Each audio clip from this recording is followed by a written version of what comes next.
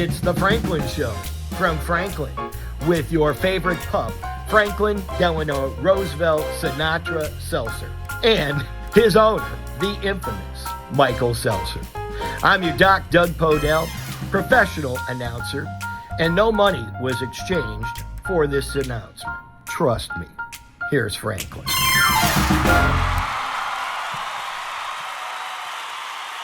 And wow, thank you so much to that great band of mine. God, they're so good. And to my announcer and all of you folks in the audience, thank you for being here. Another milestone, spectacularly entertaining Franklin show with great guests and lots of fun. And it's all coming up right after these words. Stay tuned. Love is a lesson that doesn't end. It knows no conditions, so you better buckle in. Love keeps you on your toes. It never stops, only grows. Love isn't easy, it's a commitment, especially when they're being their most resistant. Love is finding the right seat so you can take a breath. But remember, love isn't lax, it always double checks.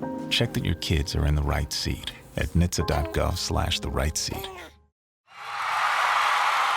Everybody, we are back, and I am delighted to be in the company of somebody that I admire greatly. He is an icon, he is a legend, and he is commemorating 50 unbelievable years in Detroit broadcasting. Ladies and gentlemen, Doug Podell, the Doc of Rock. Thank you, Michael. Thank you for having me. Yeah.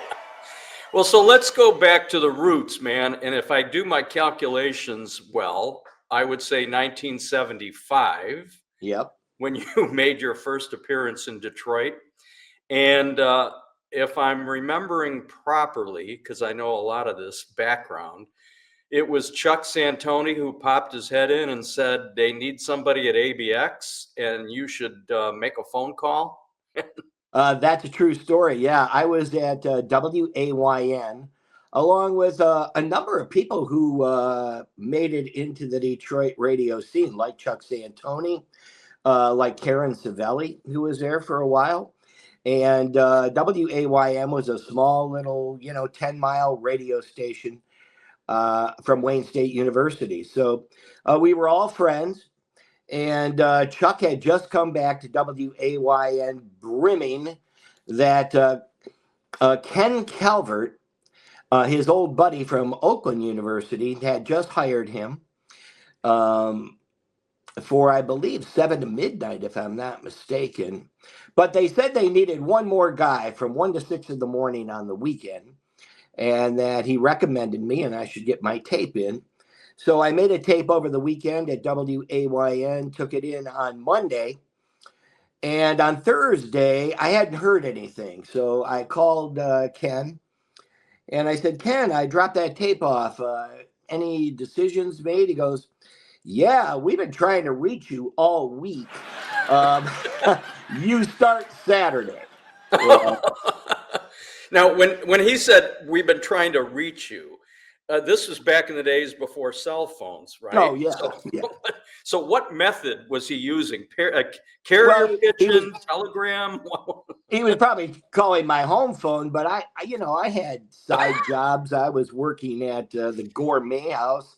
I was going to school. I was also working for SCM, those copy machine repairs.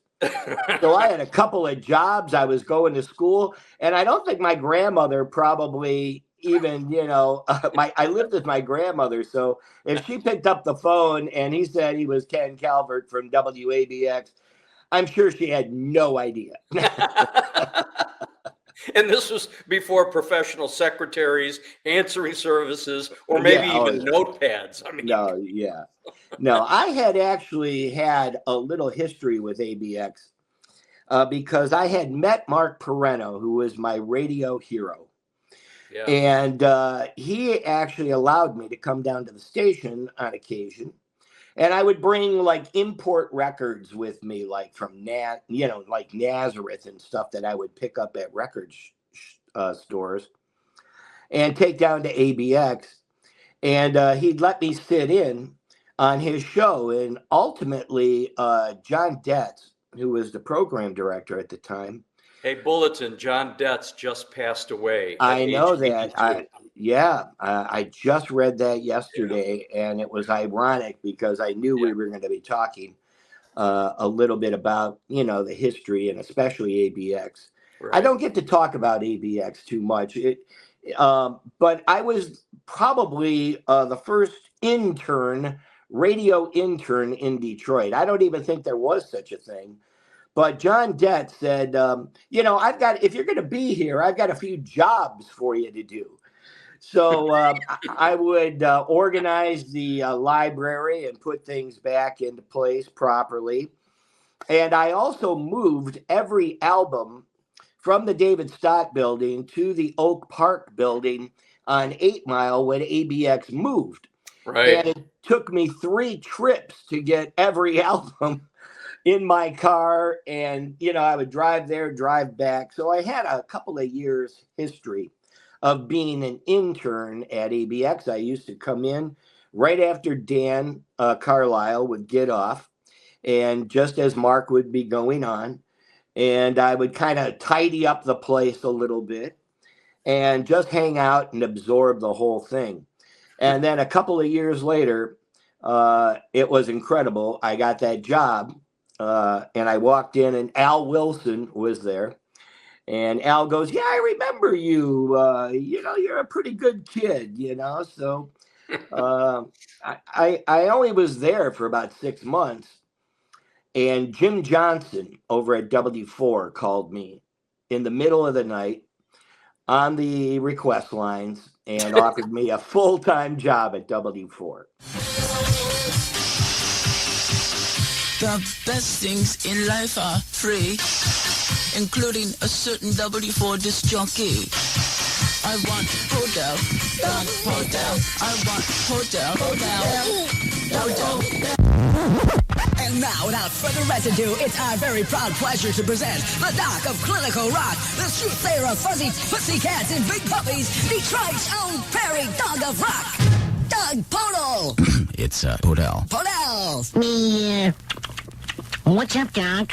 And so you made the move after 6 months at ABX. Yeah. But man, those names that you just dropped, those are legendary names. Carlisle and I are good buddies. Yep. And I wish, obviously Mark Perreno is gone. Yep. I never really got to know Mark, unfortunately. He became legendary in Boston on WBCN. And, and COZ. And when I would travel to Boston, I would hear him on the air. I would go visit him down there, and then head to Cape Cod. We used to vacation in Cape Cod a lot, so I would go down and visit him beforehand, and he gave me a tour of COZ and a tour of BCN, and he was great.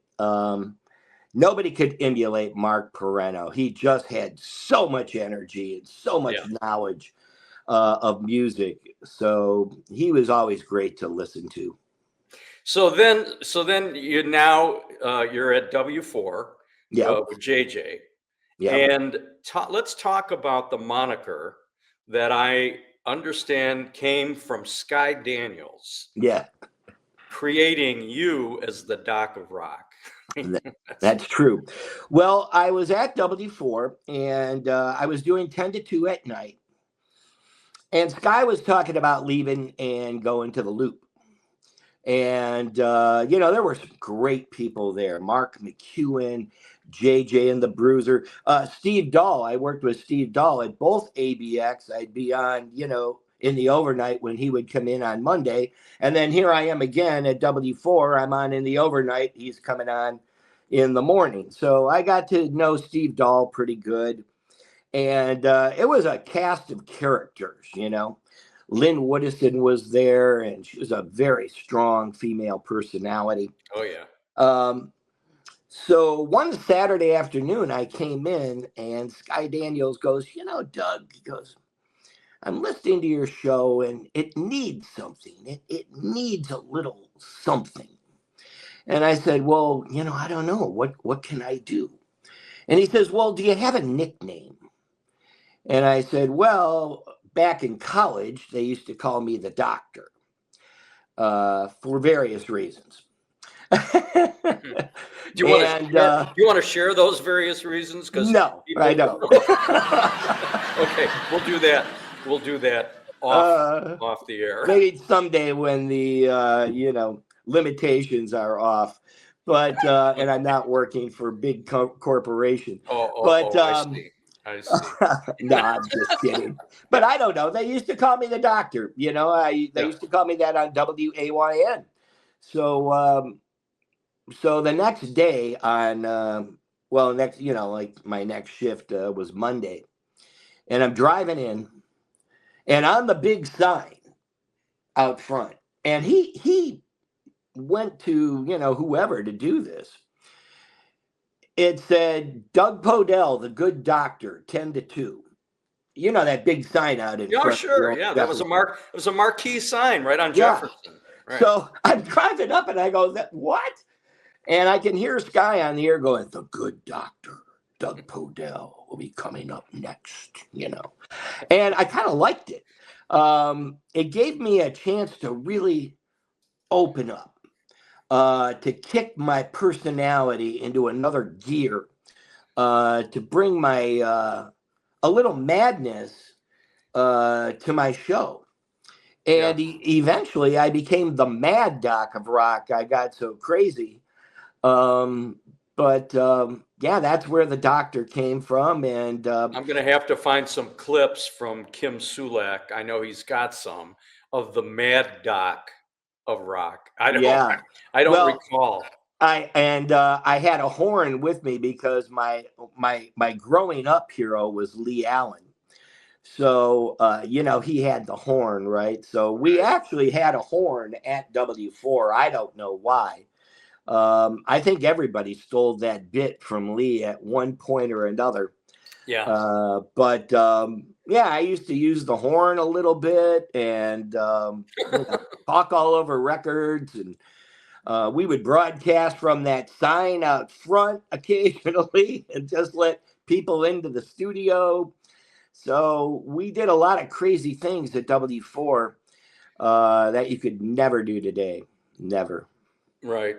All right. So then you were at W4 for how long? Let's see. I think 6 years. Till 1980. Yeah, 76 to 1980. I was there, for the John Lennon assassination. I was on the air at that time. I was actually on the air when it happened, and just decided to go ahead and start playing John Lennon music. At W4, we had a very loose format. There was a format. Yeah. Even at ABX, after I had gotten there, the free-for-all of picking your own music kind of ended almost about 90 days into my tenure there. They did have a format, and they started to impose it, And but at W4, if you felt like something was important, you could do it, and that's what we did. We just started playing Lennon and Beatles music for, I don't know, almost 3 days. But I was there the very first morning that we went country. So I drove up to the W4 studios at 6 a.m. on a Sunday morning because I did the show, the 1060s. And it was a little 60s show, for 3 hours. And they met me at the door with a cowboy hat. And met me at the door with a cowboy hat and said, "You're country Doug Podell now. Come on in, Doug. We got to talk to you for a minute." And I said, "Well, what's going on?" And they said, "Well, we're modifying the format." I can remember his we're modifying the format.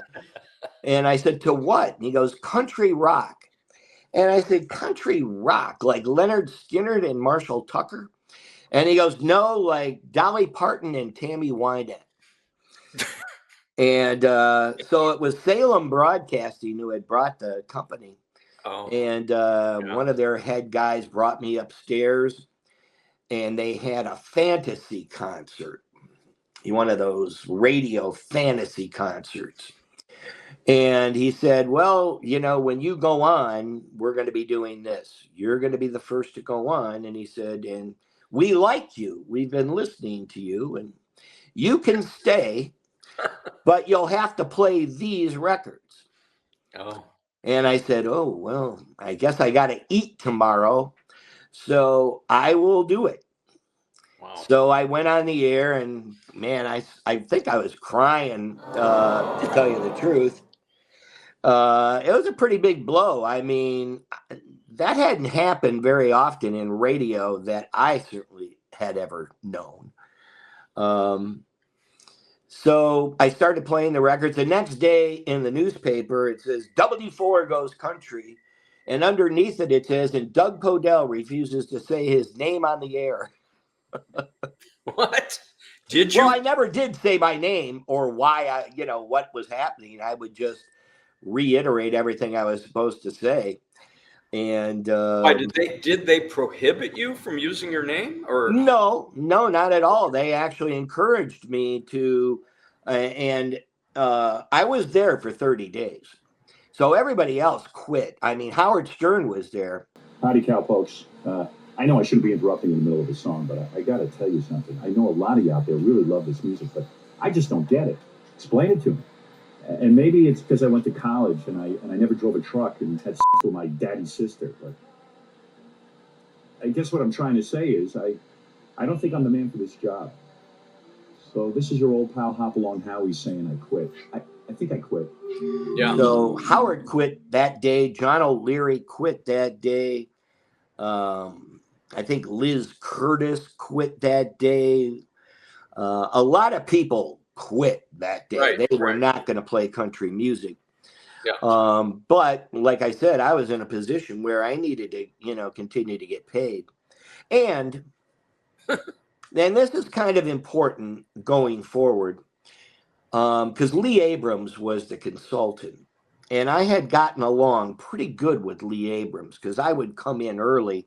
He would be there on occasion, and we would discuss music. And I really was hoping to get a music director job at W4 after Mark McEwen left.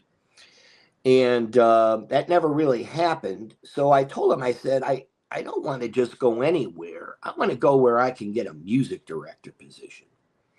And he said, well, give it some time. If you can hold out, let me see what I can find. Yeah. And in 30 days, he found me a job at the legendary KQRS in Minneapolis. Got me a 7 to midnight job, which I loved that shift. And I became music director at KQ. So I held out, Yeah. but it paid off. Well, it's pretty unusual when they change the format for them not to give you any advance and for you to have to make this decision Right on the fly like they did. Yeah. And so I can see that as being a little disruptive in your life. But okay, so then you left the market, and how long were you gone? Honestly, I was only gone 1 year to the day. Yeah. I was up against a company called Doubleday who had bought Wheels. Wheels was already, WLLZ was on the air when I left. It was one of the reasons why W4 was sold, because they felt that there were too many rock stations in the market, Riff, ABX, W4, and now you got WLLZ. And it shot up the ratings poll like a rocket, boom, right up to the top. But it came right back down. Boy, yeah. Did it crash the next year. So I was in Minneapolis, and the operations manager of Doubleday in Minnesota contacted me and pretty much bought me out of my deal at KQRS. Right. And brought me back to WLLZ. They said the one thing that we don't have is personality there. And I said, well, I don't, I want to come back as music director. So they actually made me the promotions director because there was a music director there at the time. But ultimately, I did become the music director there and then the program director there. I was there 10 years, from 80 to 90. Wow. I had started with some friends of yours who I know you know, Terry Bomarito and her husband, Tim Holmes. Yes. Tim Holmes and I had started a show on TV on NBC called Twin City Beats. And it came from a show that I had already been doing at W4 called Motor City Beat. Right. And it was a rock music video show that nobody had really any idea about. This is before MTV. Yeah, this was before MTV. Yeah. And we were shooting live video, but there were also videos coming out of artists that we would receive. Mhm. So that Motor City Beat show turned into Twin City Beats, eventually turned into The Beat. And I did it for 7 years at WLLZ till I became program director. And then it just felt to me like there was too much on my plate. I was on the air, I was programming, I was doing promotions. Right. And then I started to, intertwine with marketing and sales. And there was no more time to, play around being on TV. But I really enjoyed my time at WLLZ. And to get that opportunity to be back on those call letters, now, Right. it was just like a dream come true almost when it happened. So I love WLLZ. I really got to cut my teeth in programming. I met a lot of great people there. Joe Urbio was a great program director. Carrie Kurlop was another great program director I worked under. And one of the biggest and best was Lee Arnold. I mean, this guy was like my hero. He was just a pistol boy. He knew how to get under the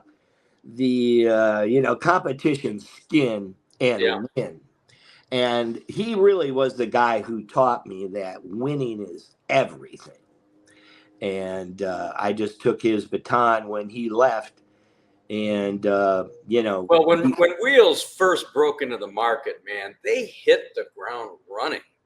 The ratings went through the roof. Right. But it was a music machine. It didn't really have any personality. Like the people that were on it were like, "Hi, I'm Dave. Hi, I'm Mike." There was no, and it was, mostly commercial free. They did that as a corporation. They decided to just, eat the money and establish themselves in the market. But once the commercials landed and you run out of "Hi, I'm Dave" being a thing, right? It went down pretty fast. So I was the first guy. They hit it real hard. They were playing lots of music, very few commercials. But I remember, because I was in the media at that time, able to buy spots real cheap. And man, oh man, they were a bargain at that time. Yeah. So when we were able to buy that radio station with those kinds of ratings for what we were being able to buy it for, it was a big accomplishment. And then things changed, obviously. Yeah. Well, I think they were instrumental in kind of changing the face of radio the way we all knew it growing up. You didn't give away radio back then, and they did. You didn't suppress personality. They did. You didn't use research. You used your gut and your heart. Yeah. But they used, analytics. So they really were instrumental in changing the course of not only rock radio, but all of radio, not only in Detroit, but across the country. Well, that was Doubleday, right? That was Gary Doubleday. Gary Stevens, who was a legendary broadcaster and one of the original Keener Keymen of music. Yep. And one of the good guys in New York. Yep. Yeah. So I used to love sitting down and meeting with him and talking to him. but I wasn't a fan of their philosophy. They did change it, though. They went back to personality. They became a little bit more, especially when they hired Lee Arnold. They realized that to break the gridlock that had happened in the market, they needed to be something more than analytic. So they brought Lee in, and boy, Lee, he put on live broadcasts every Friday night. It was live from Harpo's with local, and every Saturday night it was live from the Ritz with national bands. And that alone changed the face of the radio station, because then you added promotion to that, you added music to that. I mean, we were playing bands that just from every genre. So it did make an impact, and then finally, when I became program director, Carl Hirsch and FX Sellerman, who were infamous in radio finance, were at our Christmas party. Yeah. And I remember Carl Hirsch. He was the general manager, operations manager of WMMS in Cleveland. And he was venturing out now, and he owned WLLZ and what they called, Sillerman Broadcasting, I believe, FX Sillerman. Right. Anyway, the story is he grabbed me by the shirt on Christmas and put me up against the wall like this. And he goes, "So you're my program director." He goes, "We need a morning show. Do you know any?" Wow. I go, "Yes, as a matter of fact, I do." And I called JJ because, we had history, right, at W4. Right. And I go, "Jonathan, what's going on over there with your morning show?" He goes, "Well, it's funny you called, because we're in negotiations with Silver Star Radio, who had owned WRIF at the time, a small company, and we're not having very much luck with our negotiations." And I put my feet up on my desk. I said, "I'll triple your salary." Wow. And that's the kind of power that program directors had back then, too. And Carl Hirsch was proud of me, to tell you the truth, when I said that. I said, "I'll triple your salary." And, we ended up hiring. Long for that answer to come, right? We hired JJ and the Bruiser. We gave them equal pay. Yeah. George hadn't been getting equal pay up until that point. But they did have a 1-year non-compete. So we went to court and we fought it, and we got the right to work in our favor. And the judge said, "Yeah, 90 days, they can go." So he took it from a year to 90 days, and we did a whole campaign on the air that fall of "Free JJ and the Bruiser." And finally they got on the air, and that's what broke the gridlock between us and WRIF. And it's a great funny story. It's funny because the situation is very similar today. The gridlock between us and WCSX is very similar, and what WLLZ needed was a true morning show. And we just recently now, here like 1 month in, have hired what we believe is going to be a game changer for us in the morning. Awesome. Josh Innes show. So, do I know these people?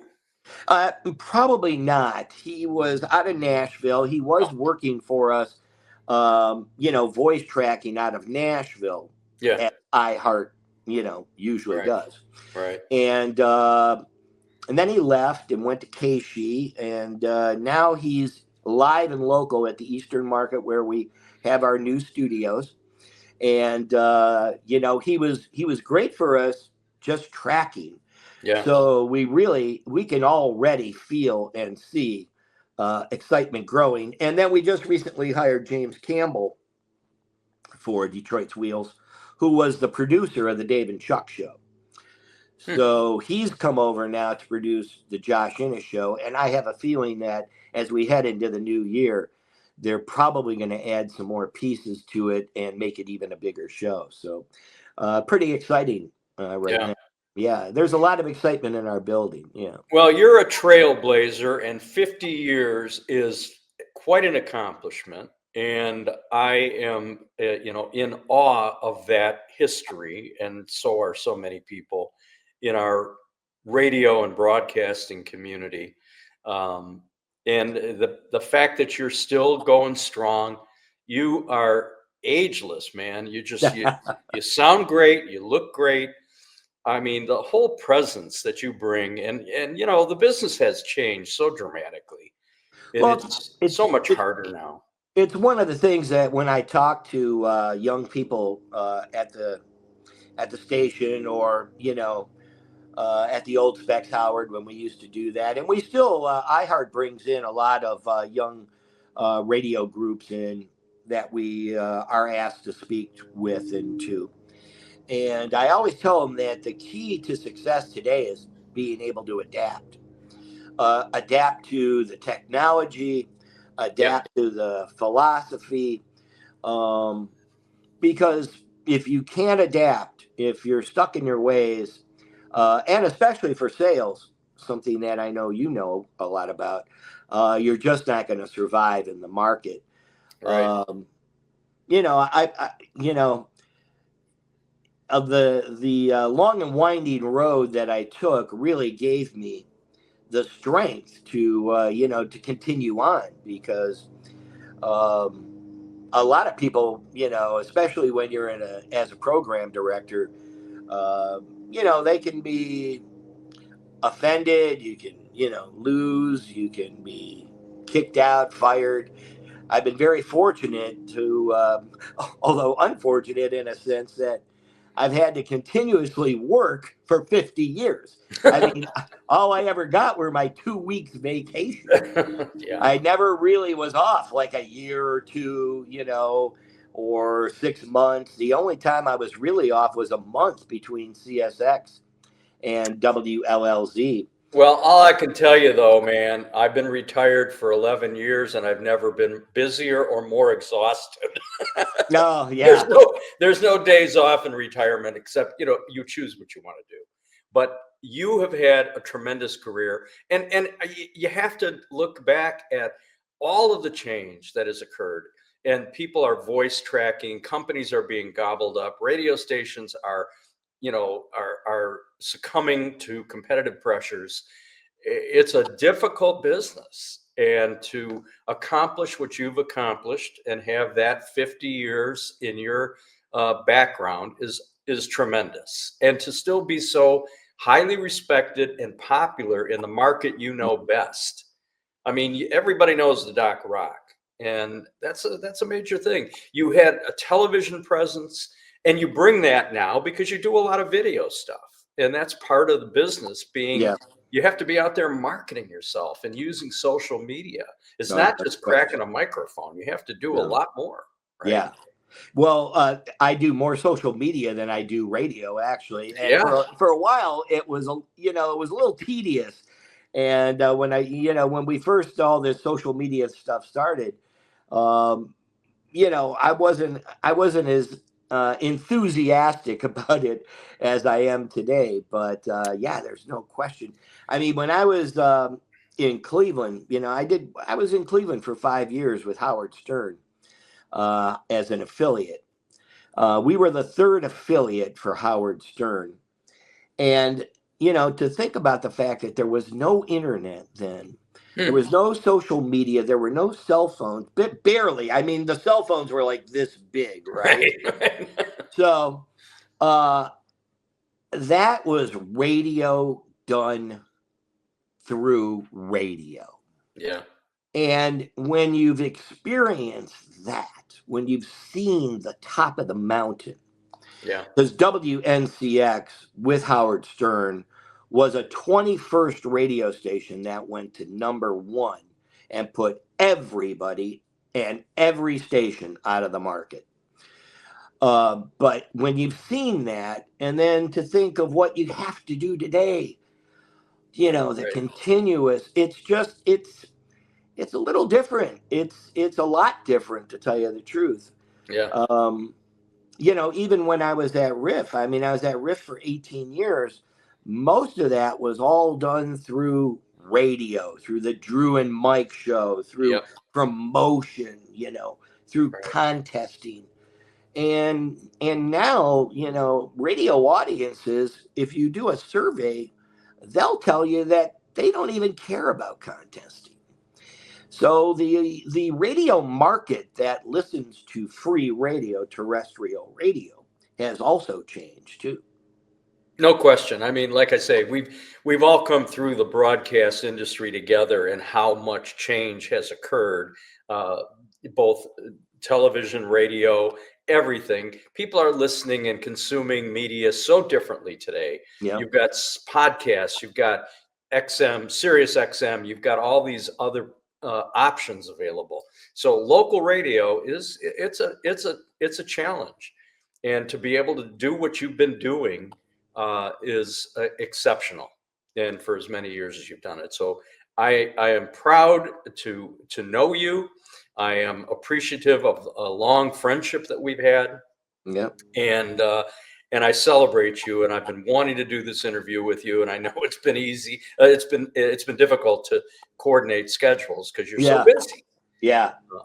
Yeah. I had a couple of days off this week. I guess. Okay. One last thing. You love the Beatles and Paul McCartney. What's your, you want to tell a story about that? Because that's pretty exceptional. Well, too. I do have a Paul McCartney story. I've got a couple of stories. Obviously, I've met Ringo, but my Paul McCartney story was I was at a press conference in 1990 at the Palace of Auburn Hills. Paul had recently come back. So the record guy from Capitol Records, I believe it might have been Mike Diamond at the time,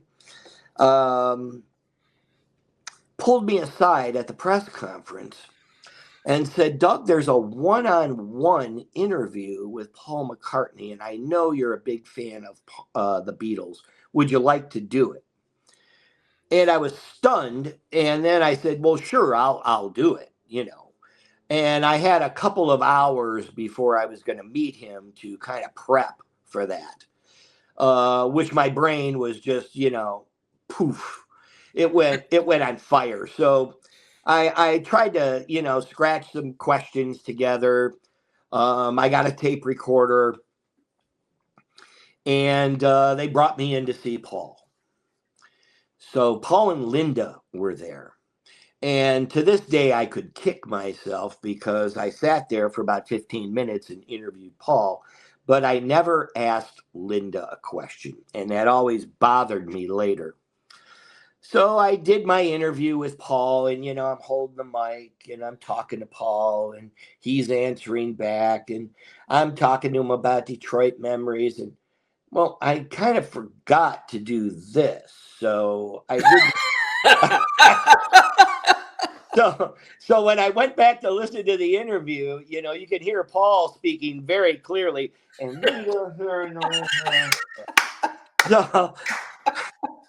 so now, in order to air it, I got to go into the studio and recut all of my questions and splice it all together. Broadcasting 101. Share the microphone. Yes. So as I get up, to leave, he goes, "So would you like this photograph autographed?" I go, "Oh, absolutely." He goes, "Well, who would you like it signed to?" And I go, "Well, sign it to Sue and Doug." And he looks at me and he goes, "Oh, well, I hope you're going to be with that mate for a while." Because, Paul is aware that his autograph is worth a couple $1,000, Right. So if you're going to get an autograph, you might want to stay with her. So luckily, we've been together 49 years. But honest to God, Michael. We share that, man. We share that. Yeah, there you go. 49 years. 2 of the happiest years of my life, I always say. So honest to God, I actually forgot about the photo, the autograph. Yeah. And the story was going around. We used to talk about it all the time. Doug, you're such an idiot. You didn't even, and here's another thing. So Linda goes, would you like to stay for tea? And I go, oh, no, I wouldn't want to bother you. And I'm thinking, what an idiot. I could have stuck around and, hung out and had tea with Linda and Paul. So then, I forgot completely about the autograph. And my wife used to always make a joke about it. Yeah, Doug was there. He met Paul, but you'd never know it. There's no pictures. There's no autograph. So one day, I'm rummaging around in my stuff and I find my notes for Paul McCartney. And I open up this press pack and there's that photograph, which is on the wall, right there. Right there. Okay. And it says, to Sue and Doug, Paul McCartney. Wow. And at 4 a.m. in the morning, I woke Sue up and I said, guess what? 10 years. This is 10 years later. Okay. But 10 years later. Guess what? I did get it on. You didn't have tea. It ruins everything. I can't believe. I know. I'm an idiot. Yeah. I was so nervous. I was Chris Farley. That's a great bit that he did. That is. And I lived it. Oh, you remember when you went to Japan and at the airport they arrested you because you had some pot and made all the papers and everything? Well, to be honest, Chris, I'd kind of like to forget all that. Idiot! So stupid. What a dumb question.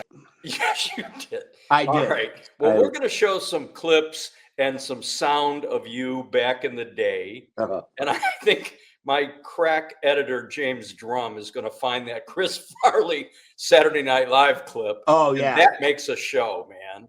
Yeah, no, that's me. I love it. All right, Doug, I am so grateful and so appreciative to have had you on for this show. And God bless you and Sue, 49 years, and your fabulous family.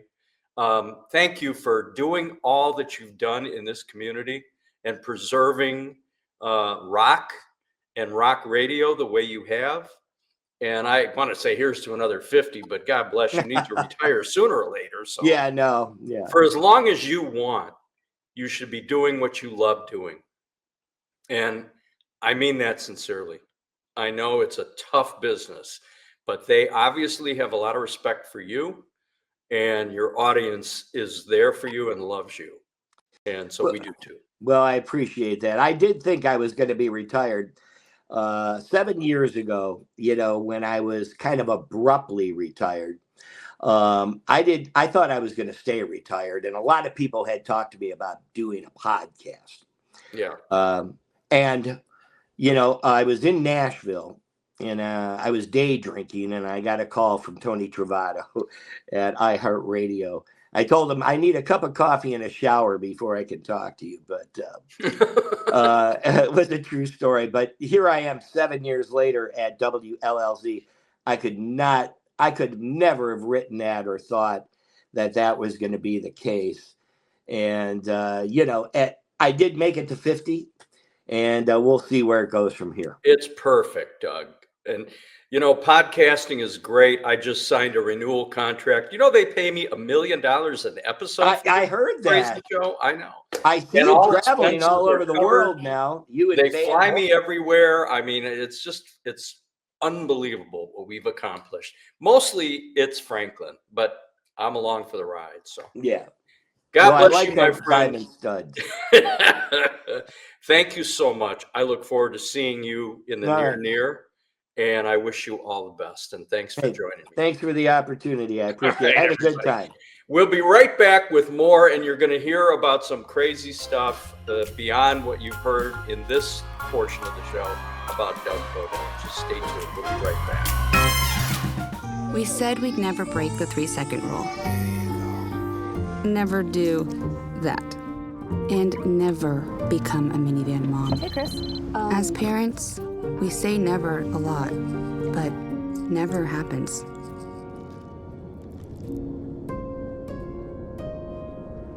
So when you say you'd never leave your child in a hot car, know it can happen.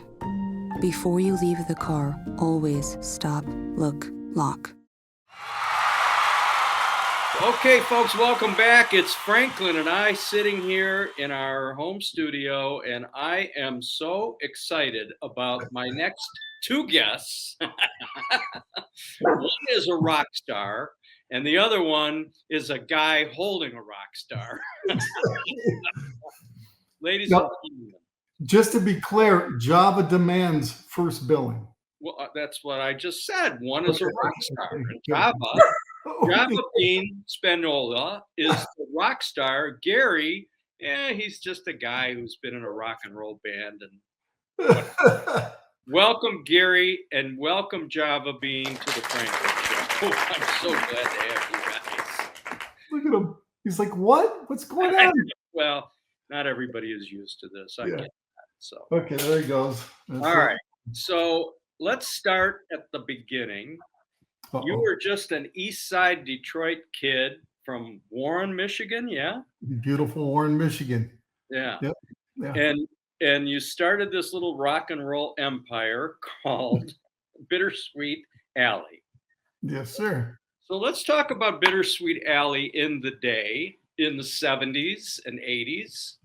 And where did it all begin, man? It all started back with I was 12 years old, and I met a guy named Dave Gersten who played the drums, and we practiced. And our first gig was at Butcher Junior High School at a Battle of the Bands, which was kind of funny. It just grew from there. We just started playing high schools, and I'm the kind of guy that, I don't sleep very much. I'm constantly working, going. And we, I would make sure we're always booked constantly, and we just kept it up. Back when we were playing, doing openings and warming up, we were playing almost 240 dates a year. It was constant. Yeah. Wow. That sounds like Frankie Valli today. Exactly. Yeah. Yeah. It was a lot, but it was a lot of fun. I mean, I just loved it. It was, fantastic.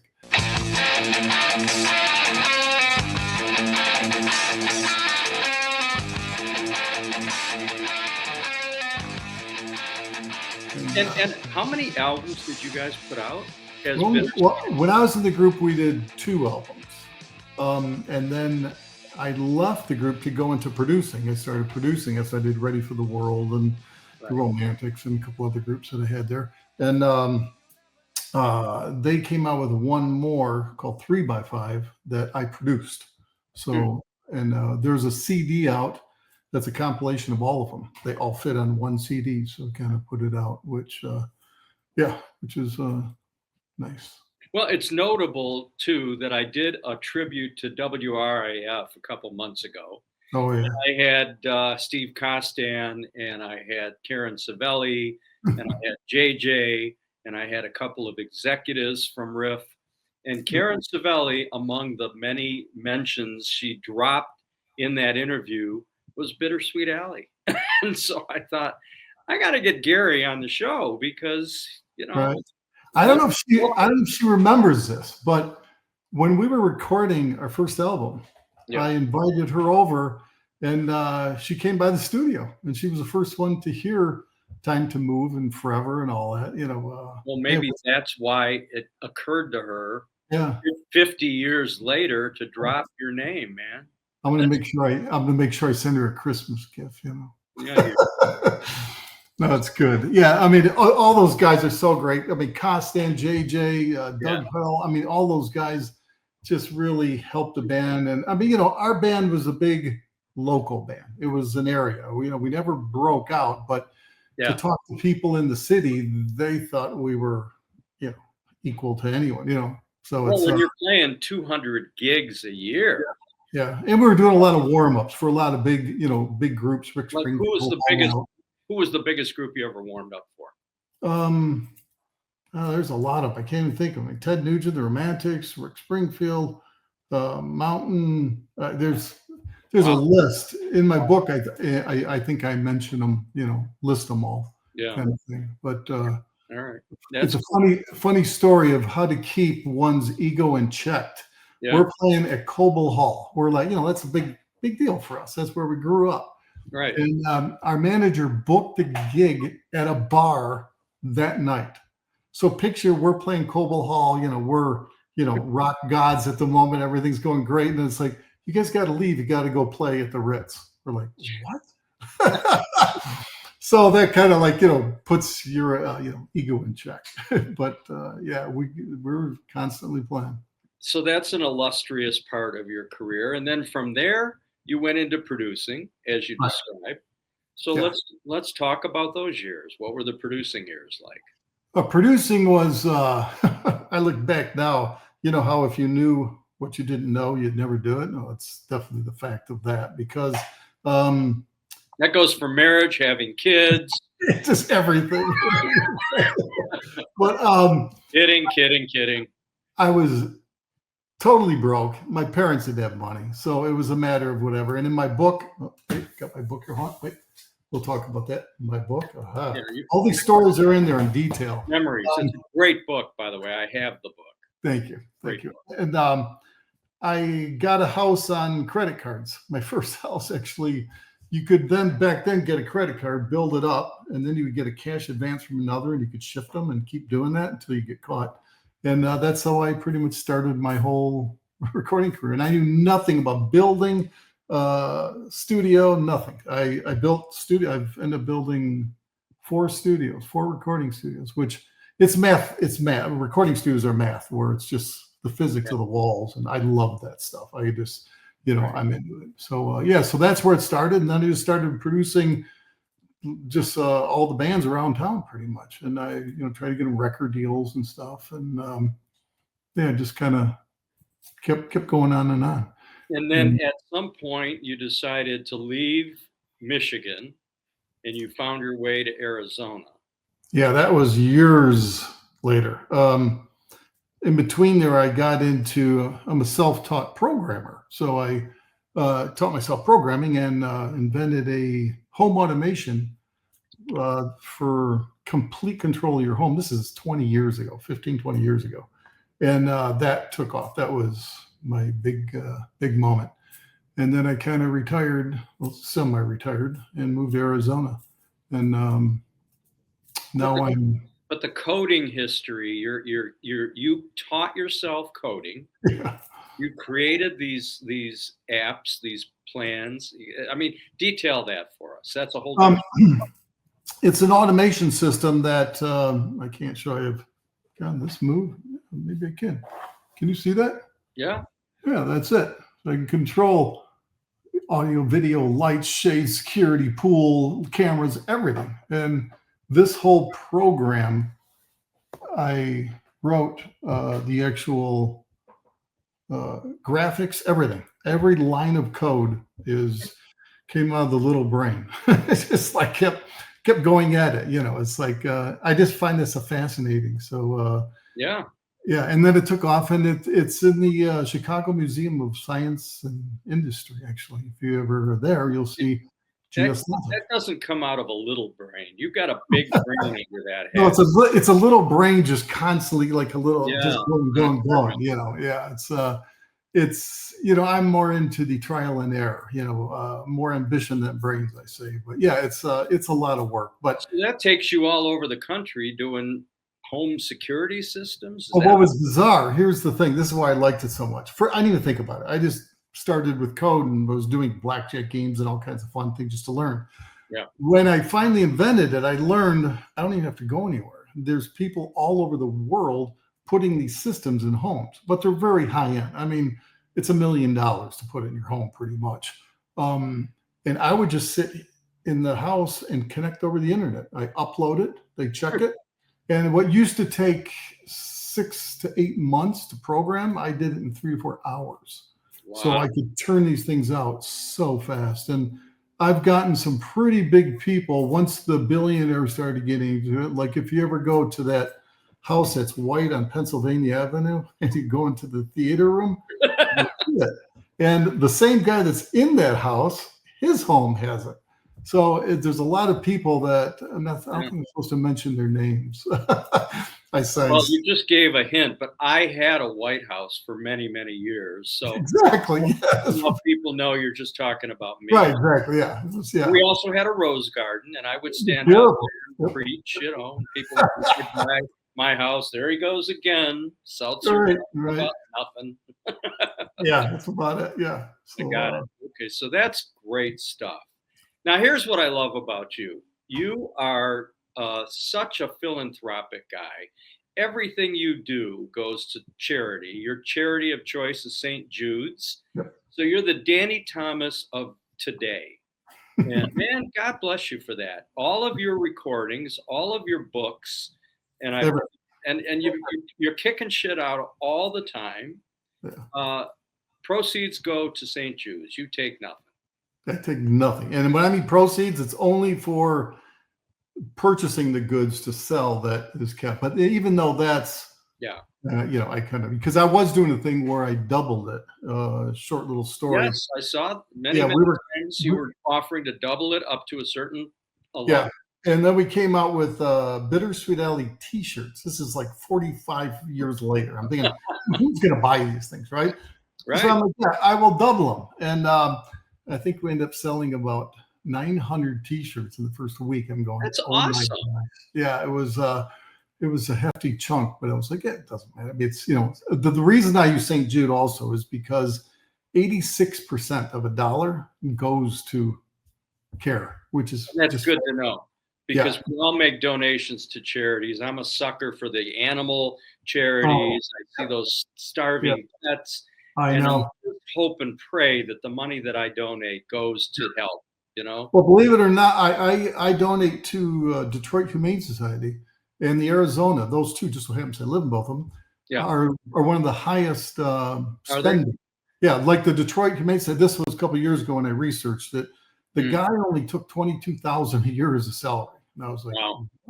Because he just believes in it that much. And I hear that and I go, okay, I got to help. Well, that's impressive and good to know because honestly, God, we all make a lot of donations to charities and you find out sometimes that they're not what they say they are. And it's terrible, especially those little things you put coins in at party stores and stuff. People can take 95% of that legally.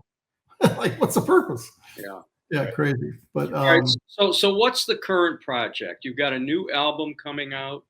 Well, what I did, my latest album. I don't have one here. It's called. It'll be up on the screen. Don't worry about it, Gary. Okay. Untethered. My editor James Drum finds everything and anything. I love it. Great. Okay. He's the greatest. Yeah, the new album it's been out for a year now, called Untethered. It just hit 1 million streams, which was pretty cool for me at my age, and doing it so late. And I'm just recording this stuff for fun. I'm just having fun. You're doing all the instruments, right? You're a guitarist, but you play everything. Yep, engineer, produce, write, record, drums, piano, everything. It's all. I mean, I just like.